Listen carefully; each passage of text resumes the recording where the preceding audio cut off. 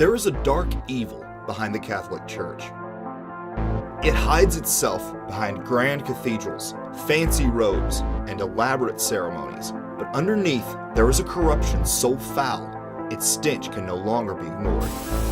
Just issued its report, it found evidence of more than 300 predator priests, all accused of sexually abusing more than 1,000 victims. They protected their institution at all costs. Some very disturbing allegations made by one of his own archbishops. The alleged cover-up involving Pennsylvania's clergy stretched all the way to the Vatican. This church is a criminal enterprise. In the past weeks, two stunning revelations have been made concerning how extensive the child abuse cover-up is within the Catholic Church. First, a 1,400-page grand jury report from Pennsylvania revealed the church knowingly protected 300 predator priests who had abused thousands of children. Then, Archbishop Carlo Maria Vigano published a letter claiming the cover-up of abuse within the church reached all the way to the top and directly implicated the Pope himself. On Tuesday, August 14th, a grand jury in Pennsylvania revealed that Catholic priests had been abusing children and covering it up for decades. Some as young as 18 months old. Over 40 years, resulting in more than 1,000 victims. It was a coordinated effort among priests to silence victims and protect predators. The grand jury concluded that a succession of Catholic bishops and other church leaders shielded the church by not reporting child-abusing clergy to the police. Instead, they sent these pervert priests to so-called treatment facilities, which, according to the report, allowed hundreds of known child abusers to return to ministry. Think about that. Rather than allow them to face justice, the Catholic Church, by course of policy, deliberately protected these priests and moved them to other churches, where they were introduced to new, unwitting families and a fresh flock of trusting children. One pedophile priest, according to the New York Times report, finally agreed to step down after numerous complaints, but asked for and received a note of recommendation for his next choice of employment, Disneyland. Yes, the Catholic Church knowingly referred a child molester to work at Disneyland because of course they did. The truth is, there's no telling how large the true number of victims is because many never come forward. Abused children were marked with a cross so other priests would know the ones who had already been abused and were easy candidates, so to speak. To make it easier to target their victims, the priests gave their favored boys gifts. Gold crosses to wear as necklaces. The crosses were markings of which boys had been groomed for abuse. This is pure evil. Because of the statute of limitations, all but 2 of these pedophiles cannot be prosecuted despite still posing a threat to society. The longer they covered it up, the less chance law enforcement could prosecute these predators because the statute of limitations would run. As a direct consequence of the systematic cover-up by senior church officials, almost every instance of child sexual abuse we found is too old to be prosecuted. Some of these predators have raped hundreds of victims, hundreds of lives destroyed, and the church does everything in its power not only to shelter the abusers from justice, but to keep them in positions where the abuse can continue as long as possible. Child abuse is not defined as a crime, but as a sin.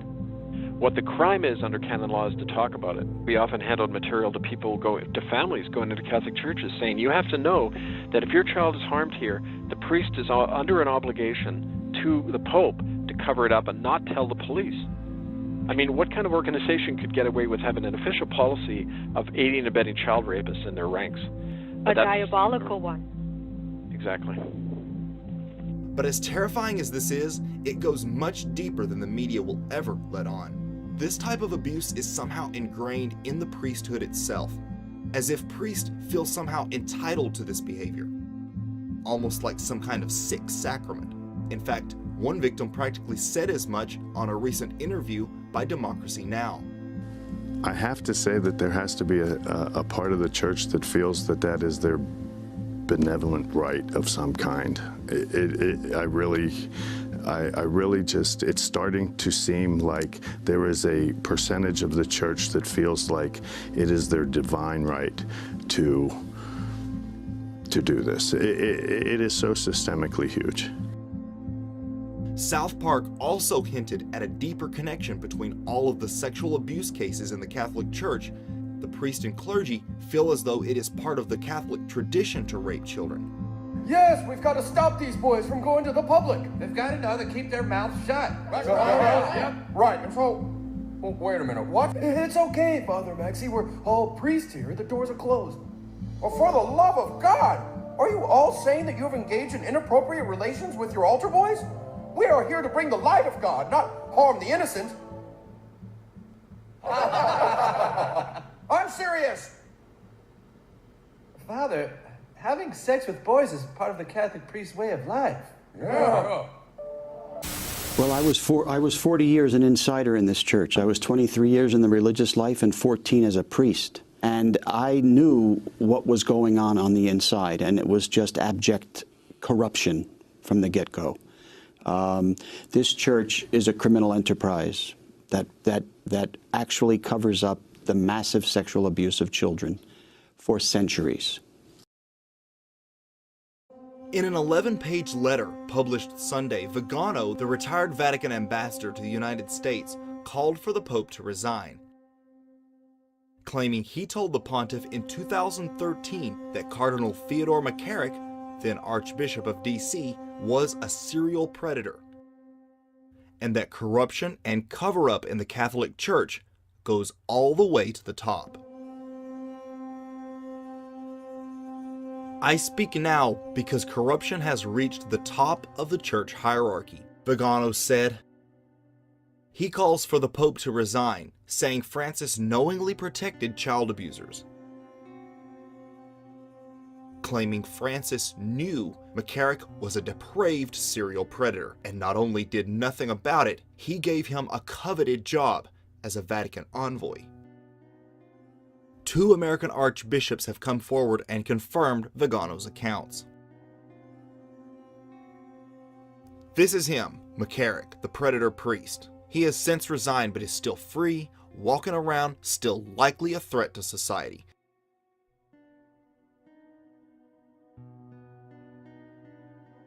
How much more evidence do we need that this man is pure evil?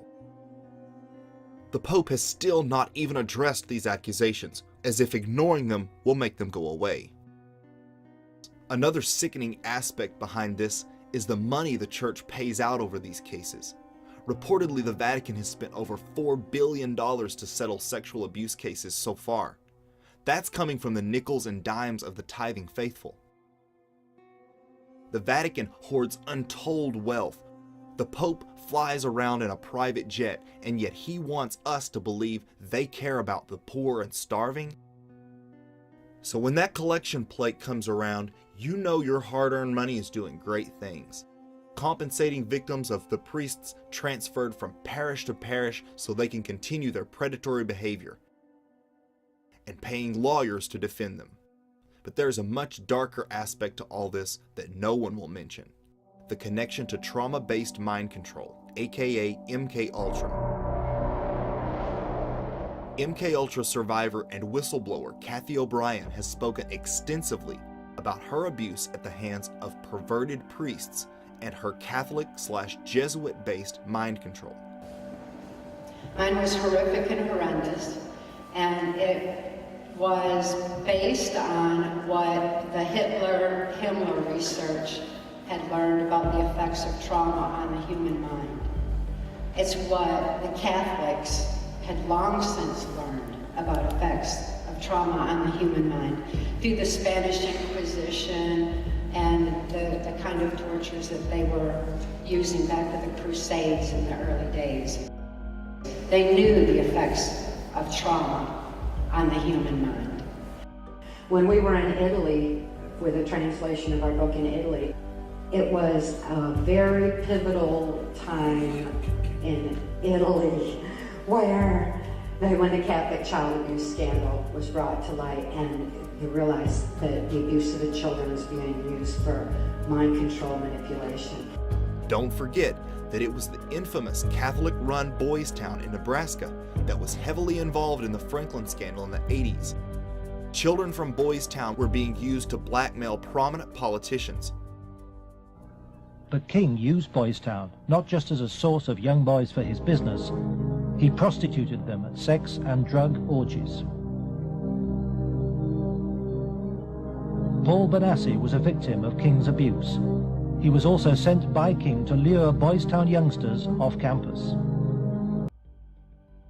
Larry King was one of the underlings of the CIA, involved in a specific program recruiting particularly young boys, a particular kind of boy, who were then used in a kind of mental programming, brainwashing, if you would, that we were doing, to use them for such things as assassination, such things as drug dealing, things, that sounds like sex, blackmail, so on and so forth. And I believe, mind control thing. You know, like Manchurian Candidate. You remember that old movie where they? Yeah. Well, I guess what I'm saying is, I think that is a integral part of this. One piece of information hints at a satanic motive behind the abuse. The corrupt clergy are accused of conducting sacrilegious rituals that mock the Eucharist. This is a form of satanic rite known as a black mass, and typically involves depraved and disgusting acts such as eating feces to mock the body of Christ. But see, this group has they have infiltrated many places. Look at the Catholic system and worldwide all the sex abuse cases. Guess what? They're not just sex abuse. When they go to the courts, they say leave the satanic side out, the black room's out. Malachi Martin knew about this. William Kennedy knew about the black rooms inside the Catholic system. And we got to go back again to the rat lines. Many of the Nazi soldiers became fake priests and infiltrated. Recently, identical priest abuse cases have come to light in Ireland and Chile that have destroyed thousands more lives. How long will we allow scandal after scandal to come out and continue to act like this is just a one-off? How many bad apples does it take before we realize the whole tree is rotten? This is an old problem. And if you follow this problem to its foundation, it will lead you to the highest corridors of the Vatican. It is time for this organization to be shut down for its centuries of crimes against humanity. The Vatican needs to be raided, its criminal syndicate of money laundering and child rape exposed. Instead of launching a massive internal investigation and turning over current abusers to the police, the Pope sits on his golden throne of lies while hundreds of thousands suffer. The Pope has a bigger agenda. He's got to get on with other things, of talking about the environment and protecting migrants and carrying on the work of the church. We're not going to go down a rabbit hole on this. But the Pope poses a problem. According to canon law, the pontiff cannot be judged by any civil or religious authority. He is beyond the law. It will be, I think, an important task to work out how to bring the Pope beneath the law by arguing either that the Vatican is not a real state, or that the degree of his negligence over the child abuse scandal does involve him in a crime against humanity. I truly feel we are living in a time of revealing, and no matter how hard these corrupt institutions try, they cannot stop their despicable deeds from coming to light. Not only in the Vatican, but in DC, Hollywood, and elsewhere. He's praying about it. If you like my reports and documentaries, please hit the like button, make sure you're subscribed, and hit the bell.